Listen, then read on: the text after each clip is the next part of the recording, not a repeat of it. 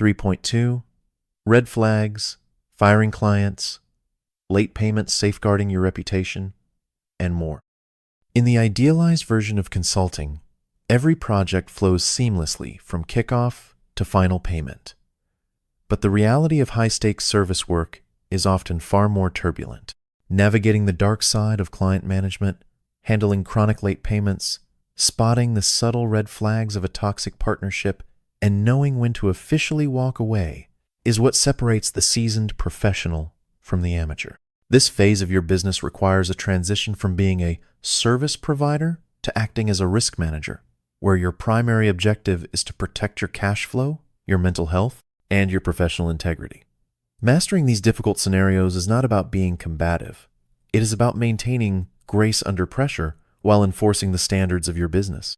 Whether you are deploying a firm sequence for debt collection or executing the delicate art of firing a client who has become a liability, your actions must be swift, documented, and strategically sound. By learning to identify the warning signs early and refusing to be held hostage by a bad contract, you ensure that one difficult client doesn't derail your entire operation or tarnish the hard-earned reputation you've built in the marketplace. Grace under pressure. Never let them see you sweat. Grace under pressure is the ability to maintain a calm, authoritative presence even when a project is spiraling, a deadline is looming, or a client is losing their cool. It is the psychological poker face that separates a seasoned expert from a panicked amateur. If you sweat, the client smells blood, or worse, incompetence, and begins to question the huge fee they are paying you. 1. Projecting the professional anchor. When a crisis hits, a server goes down, a launch fails, or a major error is discovered, the client will look to you for their emotional cues, the reaction. If you start apologizing profusely, explaining, or sounding frantic, you transfer your anxiety to the client. The grace. You acknowledge the issue with a steady tone. I see the discrepancy. I'm already moving into the resolution phase. I'll have an update for you by... The result. You become the anchor in their storm, which actually increases your perceived value. 2. Handling aggressive price or scope confrontations. Never let them see you sweat is most critical during money talks. The sweat, fidgeting, speaking too fast, or offering an immediate discount when a client says, "That's too expensive." The grace, holding a silence for 3-5 seconds after stating your price. If they push back, you respond with a neutral, "I understand. Which part of the project scope should we remove to bring the investment closer to your budget?" 3. The duck analogy.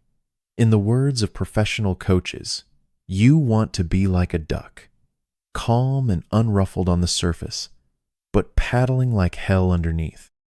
Internal. You might be scrambling, researching, and working late to fix a mistake. External. The client only sees the polished update and the steady hand. You don't tell them how stressed or overwhelmed you are. You tell them the progress you've made. 4. Why this protects your reputation. Confidence is contagious. Clients don't just pay for your X service. They pay for the peace of mind that an expert is in control. Avoids micromanagement. When a client thinks you're sweating, they start helping, which usually means hovering, emailing, and questioning every move you make. Late payments, no payments, and your options.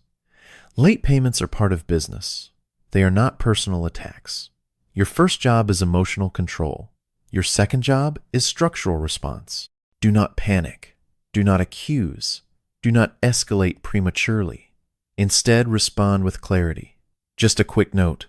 The invoice due on the 15th appears outstanding. Please let me know if anything is needed from my side to process it. Short, neutral, professional. Anger rarely accelerates payment. Calm structure increases the probability of resolution. If payment delays continue, refer back to previously defined terms.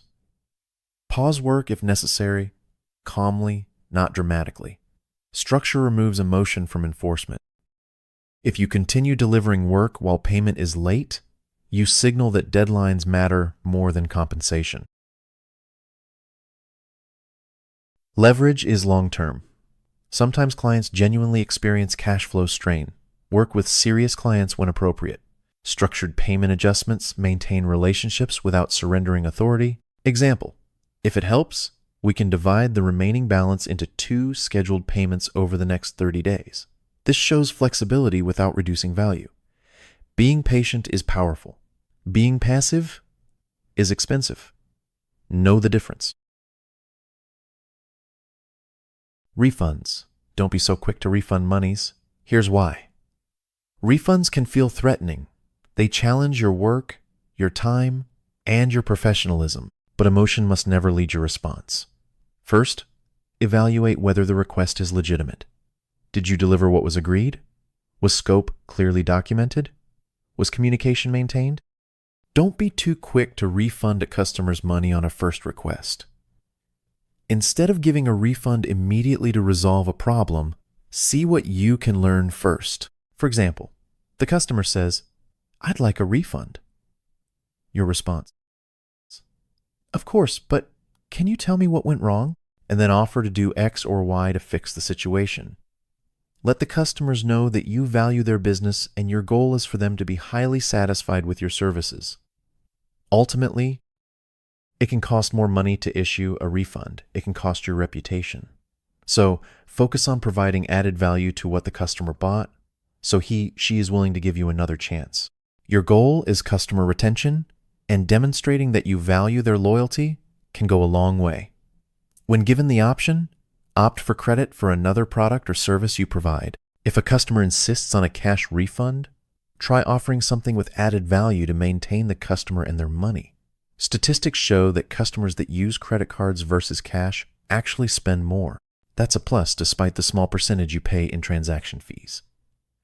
If the refund is reasonable, issue it quickly and professionally. Reputation is worth more than short-term revenue. If the refund is not justified, respond calmly and factually. The agreement outlined the deliverables and time invested. As completed, the project reflects those terms. Your time cannot be returned. If work was delivered per agreement, refunding out of fear trains clients to push your boundaries. In such cases, offering partial refunds can be possible. What if I kept X for my time thus far and refund you the rest? Difficult clients and dealing with them. Some clients are not confused. They are combative. Some are not misinformed. Some are just downright crazy in the head. Not joking either. Some can be manipulative.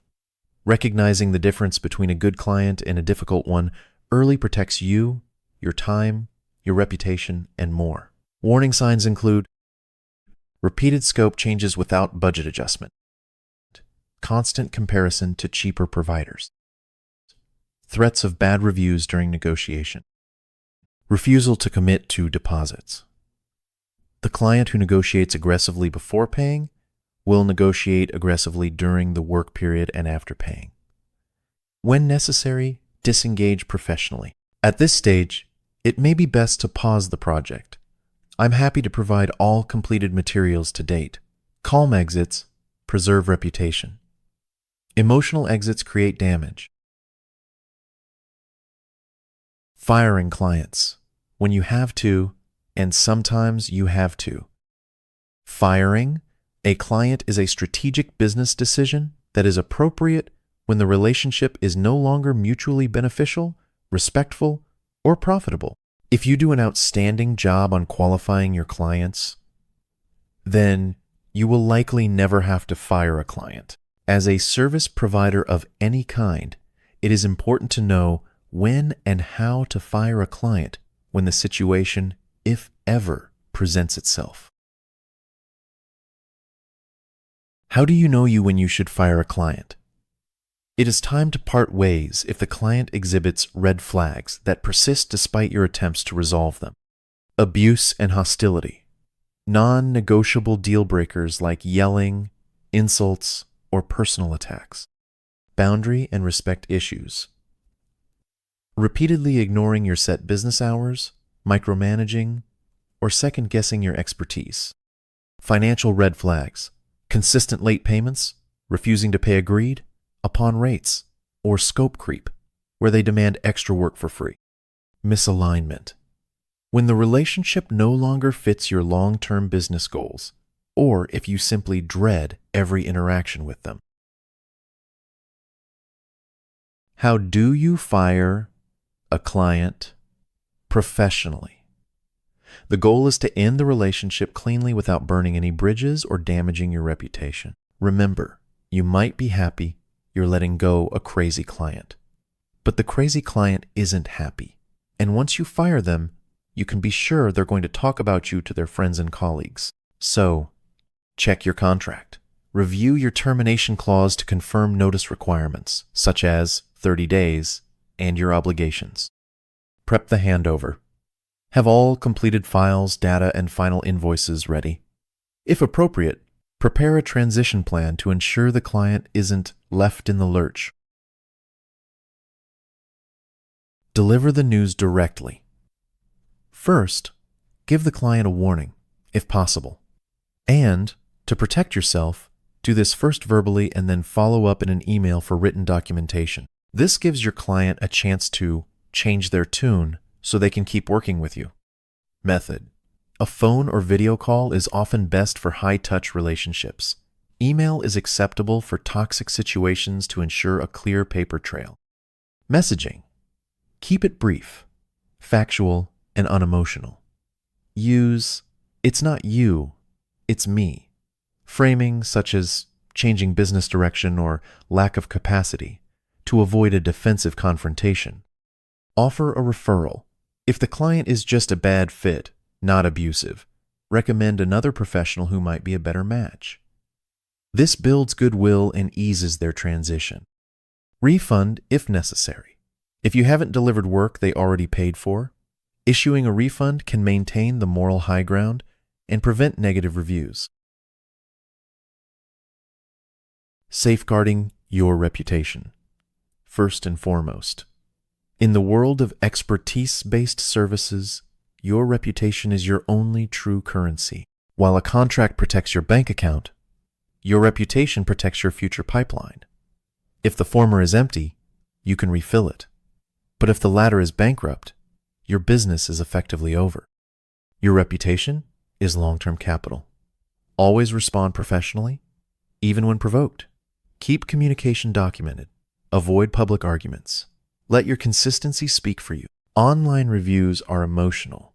Your responses must not be. Keep in mind, late payments, refund requests, and difficult personalities are not signs that you are failing. They are signs that you are in business. Structure allows you to navigate pressure without panic. Calm authority protects leverage. And professionals think long-term, even when moments feel tense. 1. The small world reality. In specialized niches, word travels fast. One huge and final fee is never worth a scorched earth legal battle that leads to a public negative review or a whisper campaign among your peers. Harvard Business Review notes that reputation is a strategic asset that must be managed as rigorously as your cash flow. 2. High road conflict resolution. Safeguarding your reputation means knowing when to prioritize the relationship over the win. The kill them with kindness strategy. When a client is being difficult, your responses should be brief, informative, friendly, and firm. Biff. Never let a client bait you into an emotional or unprofessional email thread that can be screenshotted and shared. The fair exit. If you must fire a client, do it in a way that leaves them whole. Provide their files, a summary of work completed, and a referral to someone else so they can't claim you left them in the lurch. 3. Under-promise, over-deliver. The golden rule. Your reputation is built on the gap between what you said you'd do and what you actually did. Managing expectations. Be radically honest about what you can achieve. It is better to lose a lead by being honest about a deadline than to win the job and miss the date. The surprise value. Occasionally providing a small unbilled extra that solves a secondary problem for the client creates a halo effect that makes them a vocal advocate for your brand. 4. Strategic transparency. When things go wrong, and they will, your reputation is saved by how fast you own the mistake. The preemptive strike. If you realize a project is going to be late, tell the client before the deadline hits. Professionalism isn't about being perfect. It's about being accountable. Takeaway highlights. Part 3 outlines that effective client management requires balancing high-speed delivery with strict scope management, professional boundaries, and legal compliance to prevent burnout. Success relies on maintaining grace under pressure, enforcing professional boundaries, and navigating difficult situations like late payments, refunds, or firing clients to protect long-term business interests. Ultimately, safeguarding your professional reputation and setting clear standards for client interaction is crucial for maintaining a high-value, sustainable business. Mastering these interpersonal and operational dynamics isn't an overnight achievement. It is a skill set forged through time, consistent practice, and the lessons only real-world experience can provide. Each difficult conversation and every enforced boundary sharpens your professional intuition, allowing you to handle complex projects with increasing poise and efficiency. Because these high-level instincts only develop through active engagement, there is no better time to get started than now, as today's challenges are the very experiences that will build your future authority.